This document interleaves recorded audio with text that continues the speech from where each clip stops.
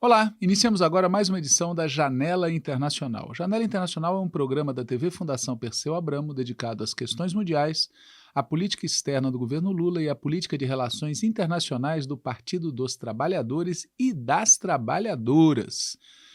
Esta edição de Janela Internacional está sendo gravada numa segunda-feira, dia 23 de fevereiro, mas irá ao ar numa quarta-feira, dia 25 de fevereiro.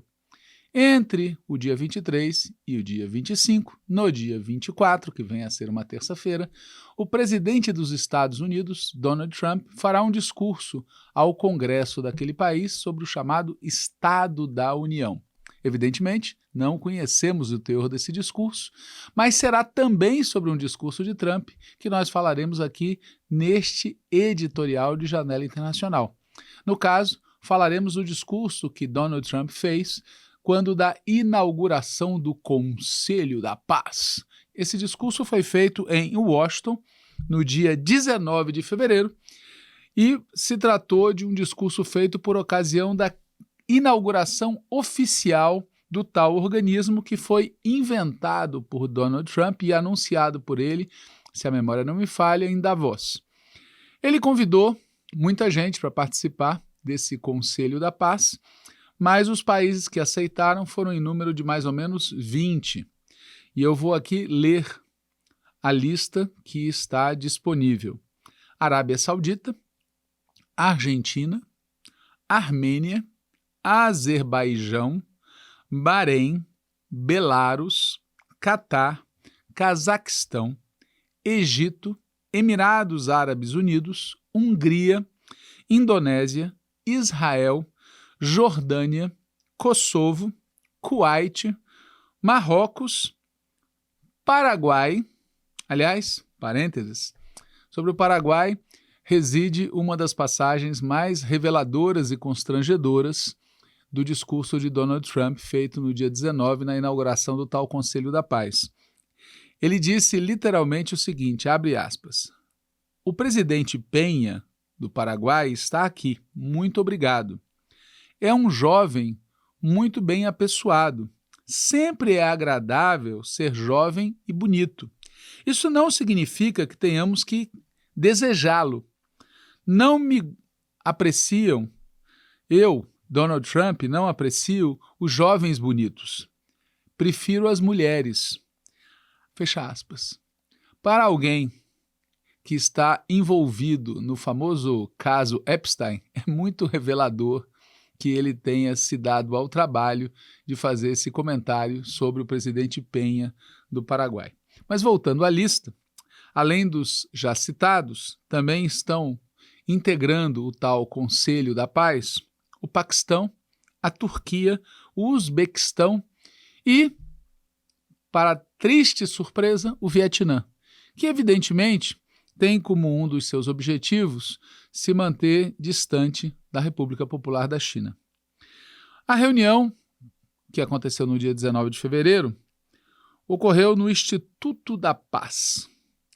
O Instituto da Paz dos Estados Unidos, um prédio que foi rebatizado recentemente como Donald Trump Instituto da Paz, numa das múltiplas demonstrações de puxa-saquismo explícito que a cúpula do governo estadunidense mantém em relação ao presidente Donald Trump. Aliás, há vários relatos, um mais constrangedor do que o outro, de que o presidente Donald Trump é um ególatra assumido e que o seu entorno manipula essa característica para puxá-lo para cá ou para lá. Assim como há também uma série de descrições muito críveis acerca não apenas da sociopatia do cidadão, mas também do seu estado de saúde bastante debilitado, inclusive do ponto de vista da saúde mental. Mas isso não o faz menos perigoso, o faz mais perigoso. E a sua condição de sociopatia, muito além de uma patologia pessoal, é uma revelação de como andam os Estados Unidos nesse momento de declínio. Ele é o cara certo no lugar certo, né? um presidente com essas características num país com as características que no momento prevalecem por lá, apesar da valente, importante e que queiramos seja futuramente majoritária resistência da esquerda estadunidense.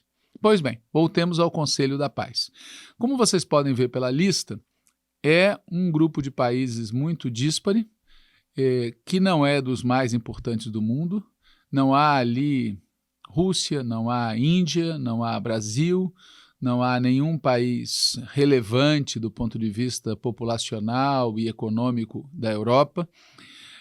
E para um Conselho da Paz supostamente formado tendo como pretexto a Palestina, é gritante que haja Israel e não haja nenhum palestino, né? Bom, apesar disso, ou por causa disso mesmo, a ideia de criar um Conselho da Paz foi endossada por uma resolução do Conselho de Segurança da Organização das Nações Unidas.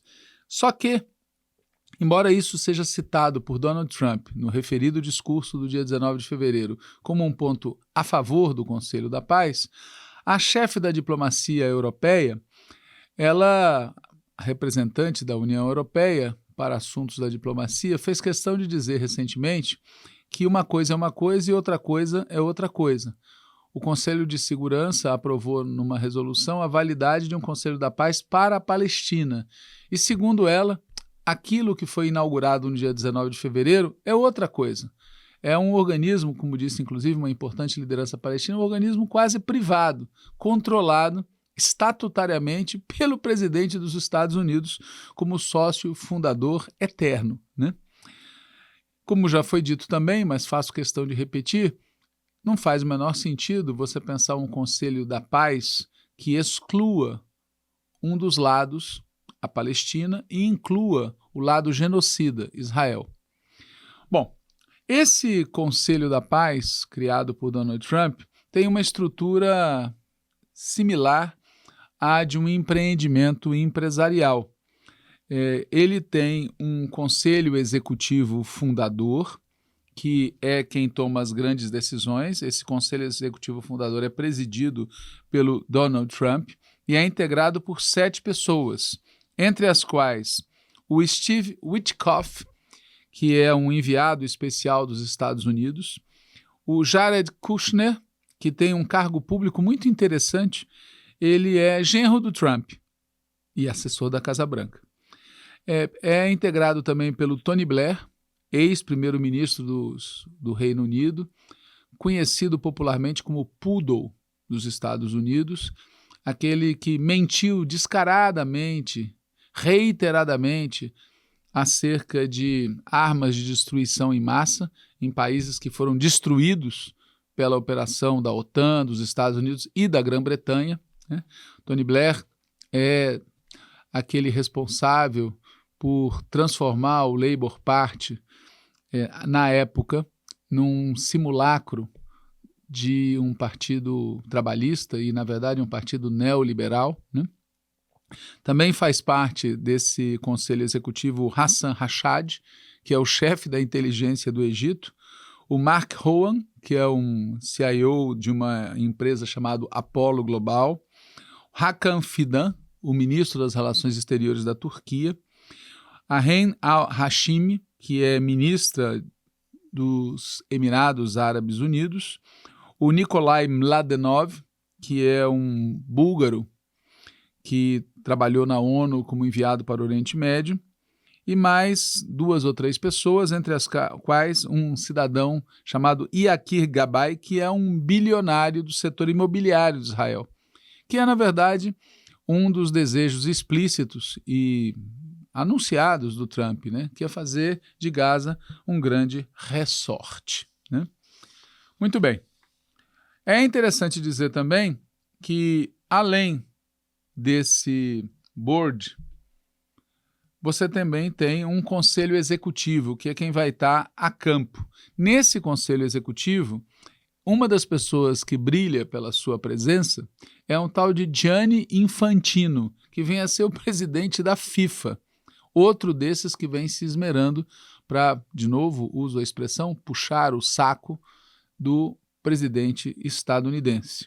Bom, O discurso nós disponibilizamos na página da Fundação Perseu Abramo. É muito importante de ser lido porque mostra o grau de degeneração da política dos Estados Unidos.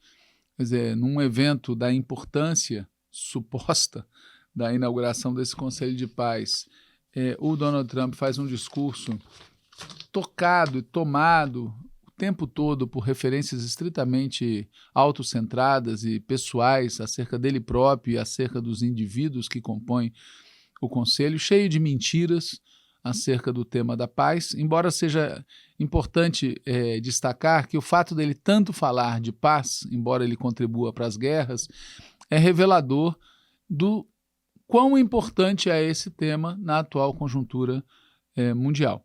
Mas eu vou me limitar aqui a ler e depois fazer um comentário, ler um trecho desse discurso, em que Trump mostra qual é a visão que ele tem acerca da relação entre o tal Conselho da Paz e as Nações Unidas.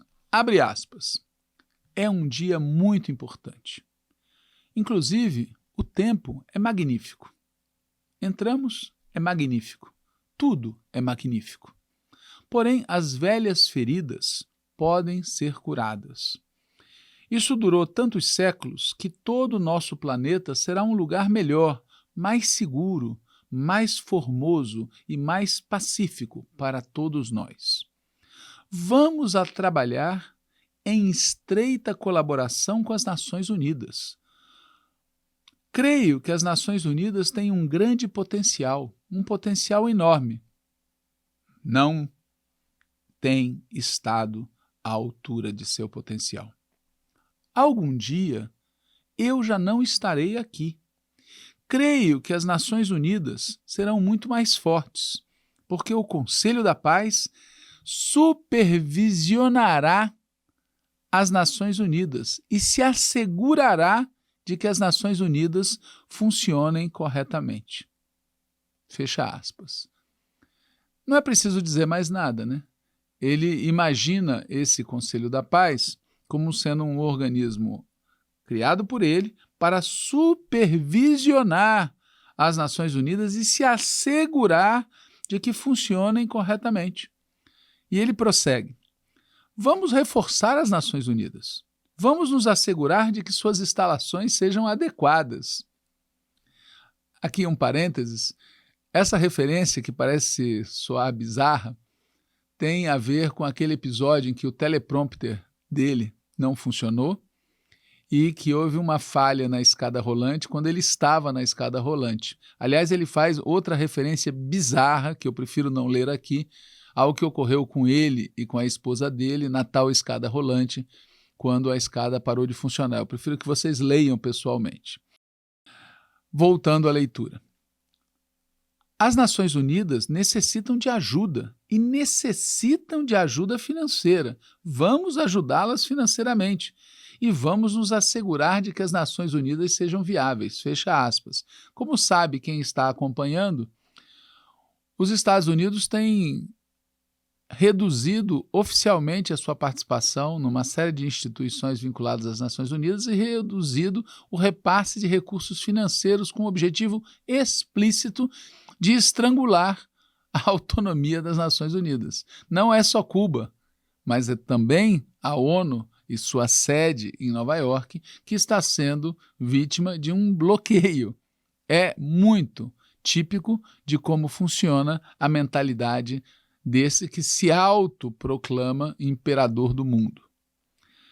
Continua a leitura. Abre aspas. Há gente muito competente nas Nações Unidas que pode fazer um bom trabalho. Porém, como eu já disse, 3 pontinhos. Eu levo dizendo isso há vários anos. As Nações Unidas têm um enorme potencial. Muita gente não gosta do que eu digo. Dizem, abre aspas dentro das aspas, você não deveria dizer isso, porque, já sabe, pouco importa as Nações Unidas, fecha aspas. Eu, Donald Trump, acredito que as Nações Unidas acabarão chegando à altura de seu potencial. Então, será um grande dia, fecha aspas. Mas como ele mesmo fez questão de explicitar, Para que isso ocorra, o Conselho da Paz terá que supervisionar e assegurar de que a ONU funcione corretamente. Vejam, não é preciso elogiar o que fez ou o que deixou de fazer a ONU no passado. Não é preciso bater palmas para o que são e o que eram as instituições multilaterais. Muito antes, pelo contrário, nós temos que ter uma posição extremamente crítica sobre a trajetória da ONU durante toda a sua existência, sobre a incapacidade da ONU de representar efetivamente a opinião da maioria dos habitantes do nosso planeta.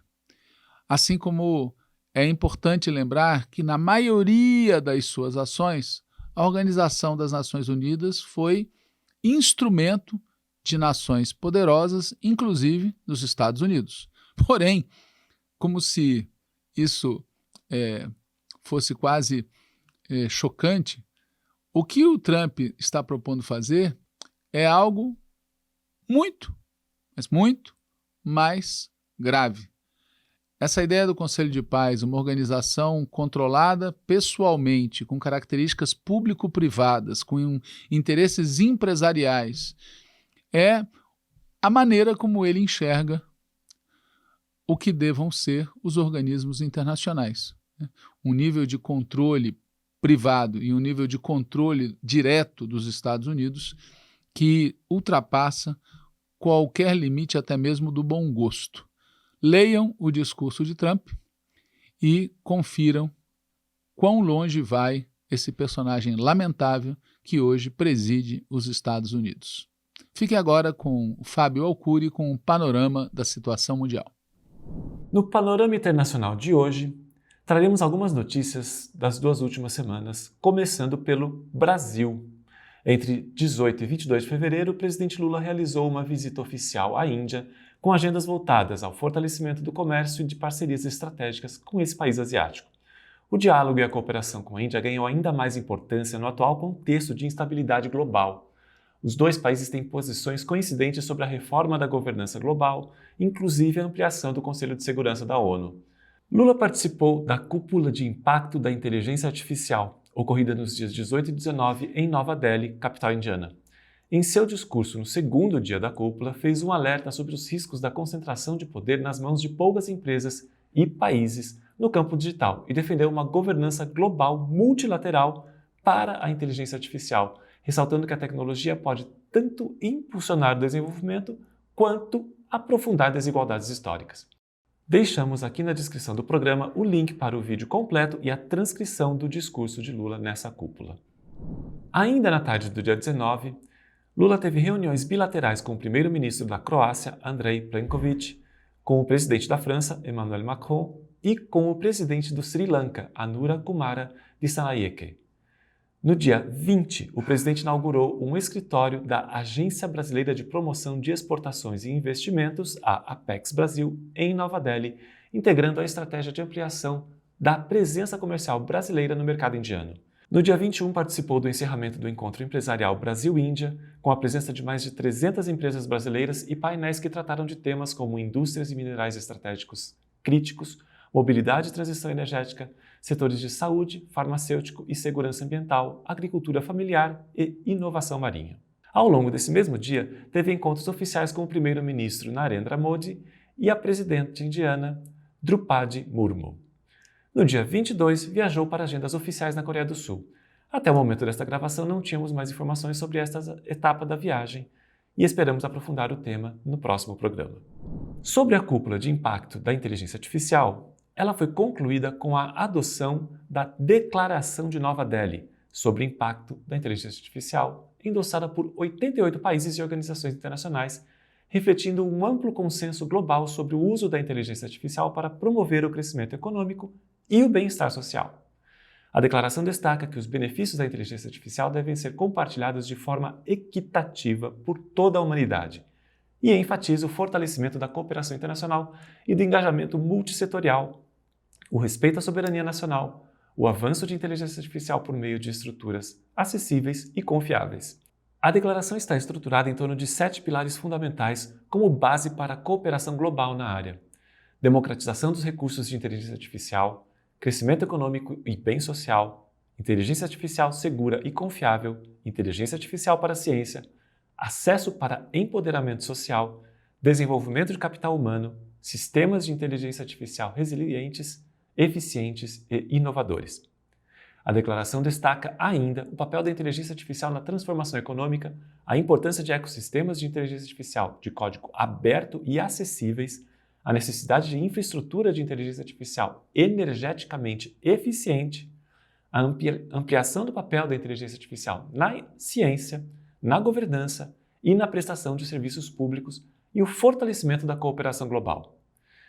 Também deixamos aqui na descrição do programa um link para o site oficial do evento e 2 links para o texto da Declaração de Nova Delhi, o original em inglês e uma tradução não oficial que disponibilizamos no site da Perseu Abramo. E nos Estados Unidos, a Suprema Corte se alinhou com Donald Trump em diversos casos durante 2025, aumentando seu poder e permitindo rápidas transformações nas políticas sobre imigração, serviço militar, emprego federal, entre outros.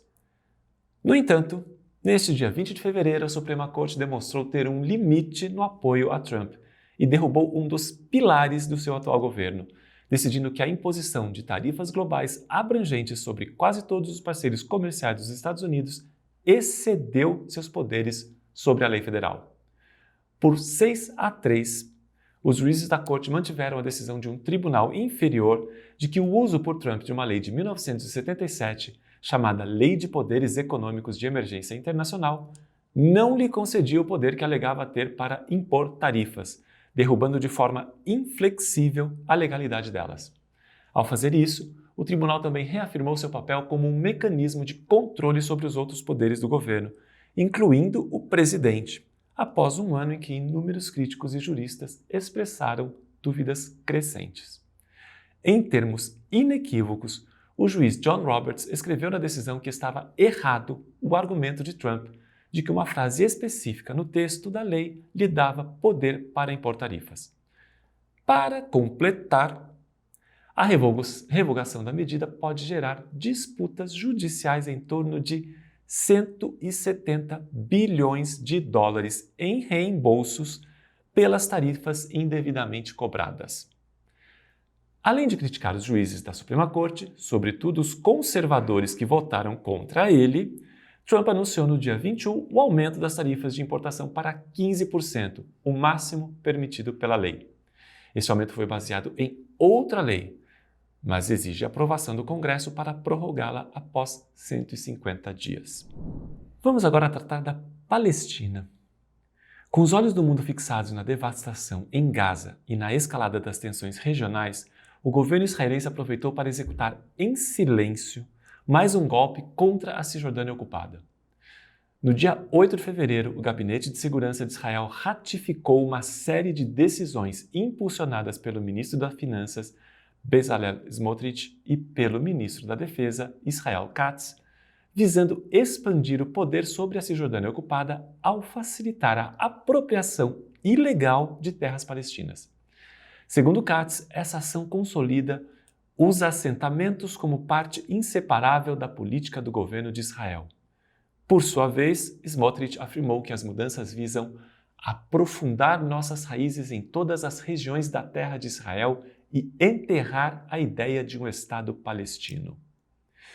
Para especialistas, a medida altera fundamentalmente a realidade civil e jurídica desse território ao remover o que os ministros israelenses chamam de obstáculos legais que existem há décadas contra a expansão de assentamentos ilegais nas áreas ocupadas. Ela também encerra os acordos de Oslo, de 1993, ao retirar da autoridade palestina os poderes civis remanescentes e legislar sobre a anexação de fato da Cisjordânia. A presidência palestina classificou a decisão como perigosa e uma tentativa aberta de Israel de legalizar a expansão dos assentamentos e o confisco de terras. Como centro dessas decisões, há um ataque estratégico às leis de propriedade de terras em vigor desde 1967, quando Israel ocupou Gaza, Cisjordânia e Jerusalém Oriental e, posteriormente, anexou esses territórios. O gabinete israelense aprovou a revogação de uma lei jordaniana que historicamente proibia a venda de terras na Cisjordânia a não-árabes.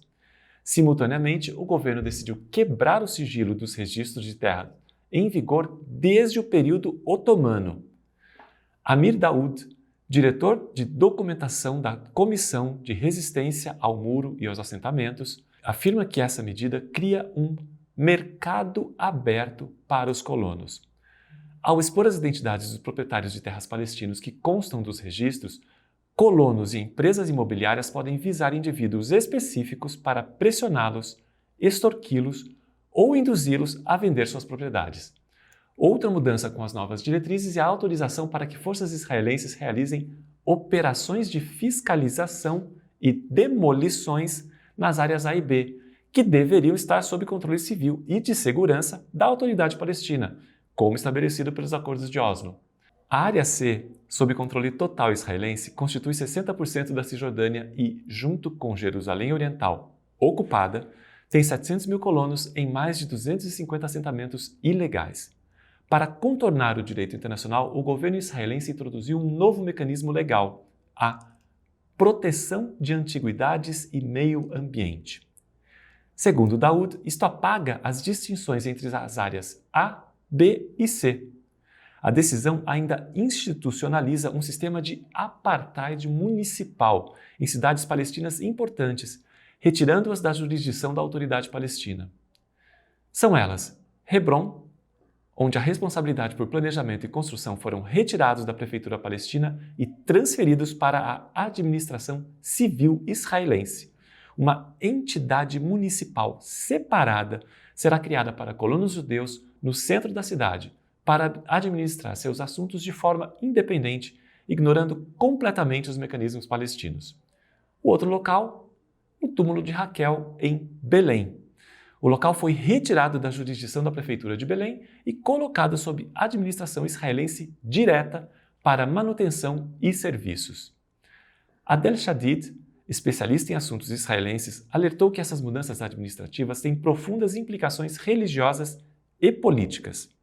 Segundo ele, a Mesquita de Ibrahim não é mais tratada como um local sagrado muçulmano administrado pelo Al-Qaf palestino. Sua administração foi transferida para o Conselho Religioso Judaico em Kiryat Arba.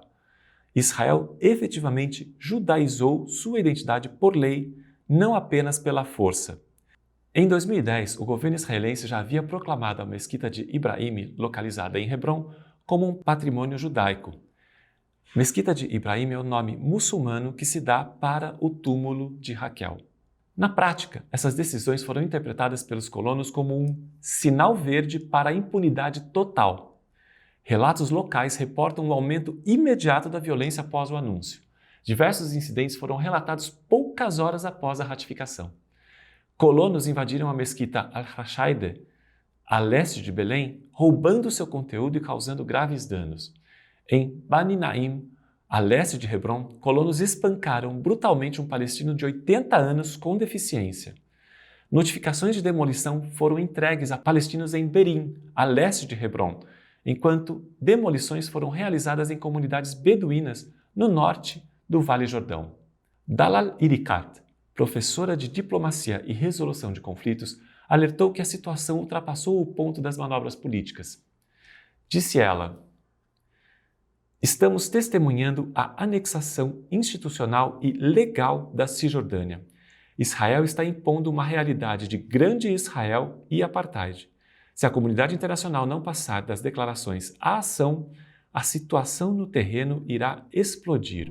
De acordo com o jornal Yediot Ahronot, Smotrich e Katz pressionaram para ratificar essas decisões imediatamente antes da visita do primeiro-ministro Benjamin Netanyahu aos Estados Unidos. As análises apontam que o governo de extrema-direita de Israel corre contra o tempo para estabelecer fatos concretos irreversíveis antes das eleições de outubro para o Knesset, o parlamento israelense, e em meio a temores de que o presidente Trump possa mudar sua posição sobre a anexação. Netanyahu afirmou repetidas vezes que é contra a formação de um Estado palestino soberano e trabalhou para minar os acordos de Oslo, que previam a chamada solução de dois estados.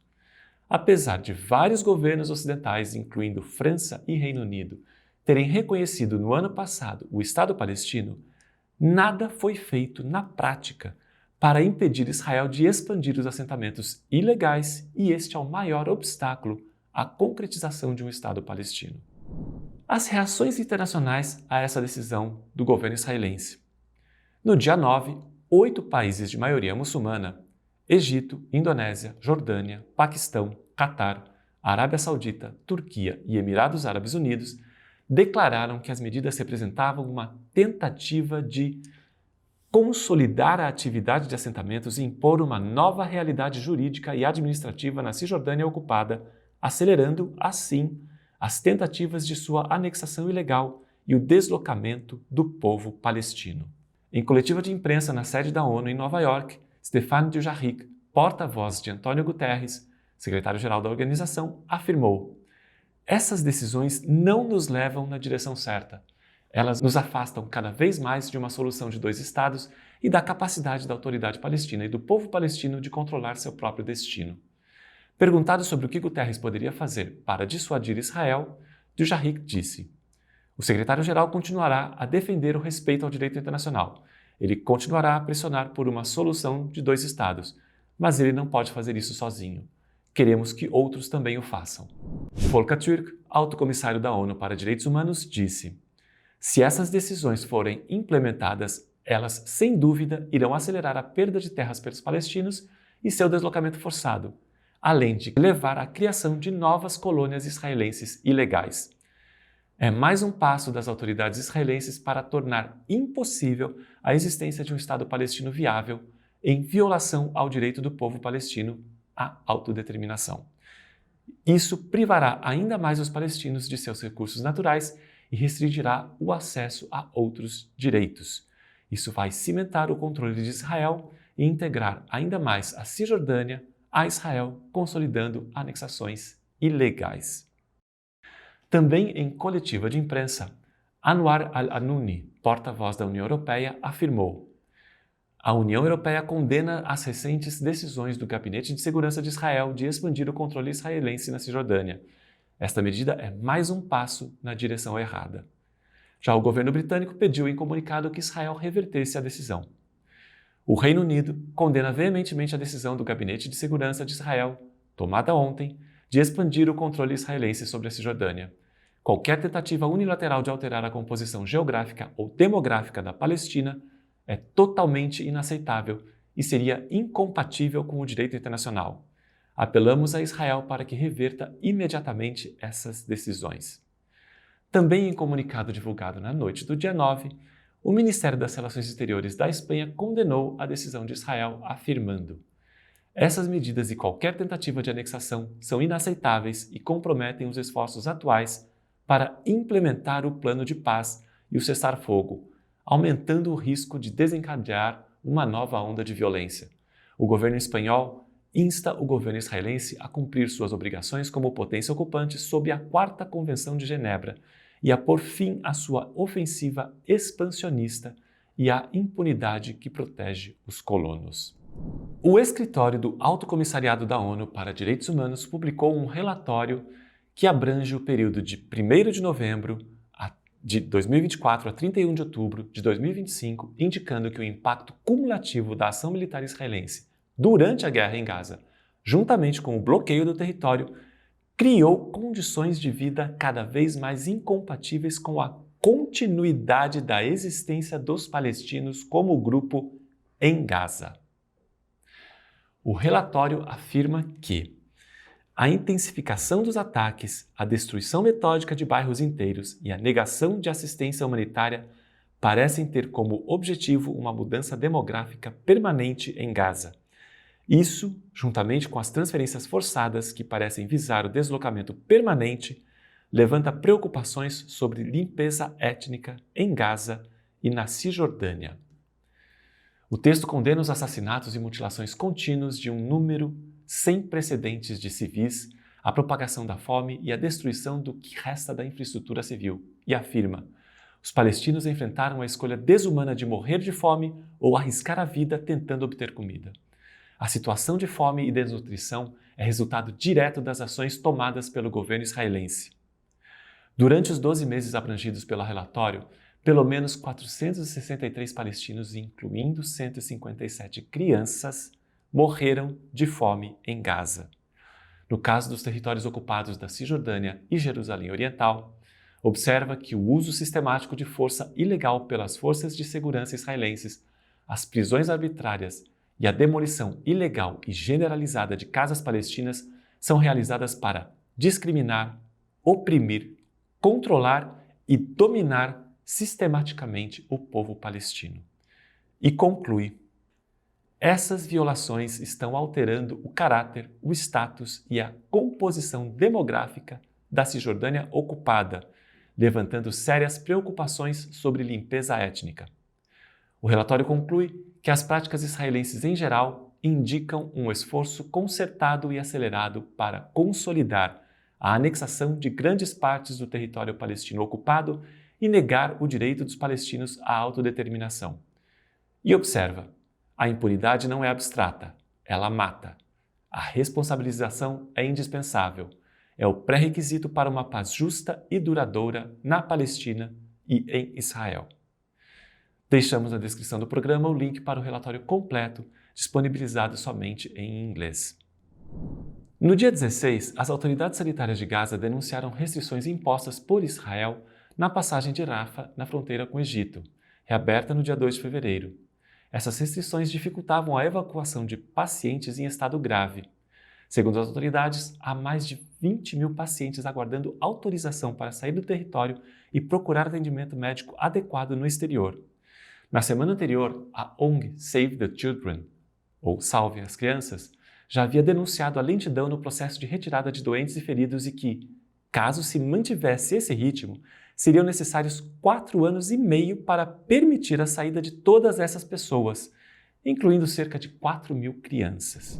No dia 13 de fevereiro, o Tribunal Superior de Londres considerou ilegal a proibição imposta pelo governo britânico ao grupo Palestine Action, que foi classificado como organização terrorista. A Suprema Corte decidiu que a proibição era uma interferência desproporcional no direito à liberdade de expressão, mas manteve a medida até uma nova audiência para decidir se deve permanecer em vigor enquanto se aguarda um recurso. O grupo Palestine Action foi banido em julho do ano passado, após ter intensificado suas ações diretas contra empresas de defesa ligadas a Israel no Reino Unido. Um mês antes, em junho, o grupo invadiu a base de Brize Norton, da Força Aérea Real Britânica, e ativistas danificaram 2 aeronaves. O governo argumentou que as ações crescentes do grupo equivaliam a terrorismo, citando uma outra operação realizada em 2024 em uma fábrica da maior empresa de defesa de Israel, a Elbit Systems. Os advogados de Huda Amori, uma das fundadoras do Palestine Action em 2020, argumentaram em uma audiência no ano passado que a medida era uma restrição autoritária contra o direito de protestar. Devido à classificação como organização terrorista, mais de 2.000 pessoas foram presas por exibirem cartazes de apoio ao Palestine Action. A decisão do dia 13 pode levar ao arquivamento de quaisquer acusações criminais. Grupos de defesa das liberdades civis, incluindo a Anistia Internacional, pediram o fim dessa proibição. O governo britânico, no entanto, argumentou que a proibição apenas impedia o apoio ao Palestine Action, mas não impedia as pessoas de protestarem em favor da causa palestina. No entanto, o Tribunal Superior afirmou que isso poderia levar os manifestantes pró-Palestina a exercerem autocontrole em relação ao que dizem e fazem. Falemos agora de Francesca Albanese, relatora especial da ONU para a Palestina, já referida neste programa por seu papel ao reportar o genocídio em Gaza e que tem sofrido perseguição sistemática por defender o direito do povo palestino à existência e a um Estado soberano. Albanese é objeto de sanções dos Estados Unidos que a transformaram em uma pária financeira global, impedindo-a de abrir contas bancárias ou usar cartões de crédito em qualquer país. Membros de sua família, incluindo seu marido, que trabalha no Banco Mundial, enfrentam riscos potenciais de sanções que podem incluir multas de até $1 bilhão ou 20 anos de prisão, simplesmente por realizar transações financeiras com ela. tornando-a passível de ser rejeitada até mesmo nas mais simples negociações do dia a dia. Albanese afirmou: não se trata de lei, mas de poder, observando que as sanções a isolaram efetivamente do sistema financeiro global, com até mesmo bancos dispostos a ajudá-la, recusando-se por medo de sanções secundárias dos Estados Unidos. Um vídeo em sua conta no Twitter gerou polêmica mundial, mas não pelo que disse. As imagens foram manipuladas por inteligência artificial e um outro conteúdo foi criado colocando palavras que não foram ditas originalmente. Houve reação de alguns governos europeus, principalmente o governo francês, cujo ministro das Relações Exteriores, Jean-Noël Barrot, exigiu a renúncia de Albanese de seu cargo na ONU e manteve essa posição mesmo após a manipulação do vídeo ter sido ampla e publicamente comprovada. Mais de 100 artistas renomados entre músicos, atores e escritores assinaram uma carta aberta em apoio a ela, divulgada no dia 14. Os signatários, definidos como artistas pela Palestina, ofereceram total apoio a Francesca Albanese, defensora dos direitos humanos e, portanto, também do direito do povo palestino à existência. Há infinitamente mais de nós em todos os cantos da terra, que queremos que a força não seja mais a lei, que sabemos o que a palavra lei realmente significa. Hurtado, porta-voz do escritório do Alto Comissariado da ONU para os Direitos Humanos, afirmou em coletiva de imprensa no dia 13 que seus colegas estavam preocupados com a reação negativa contra Albanese. Disse ela: estamos profundamente preocupados com o fato de que funcionários da ONU, especialistas independentes e autoridades judiciais estejam sendo cada vez mais alvo de ataques pessoais, ameaças e desinformação, o que desvia a atenção das graves questões de direitos humanos. Terminamos o programa de hoje com uma frase de Francesca Albanese: o inimigo comum da humanidade é o sistema que possibilitou o genocídio na Palestina, incluindo o capital financeiro que o financia, os algoritmos que o obscurecem e as armas que o permitem.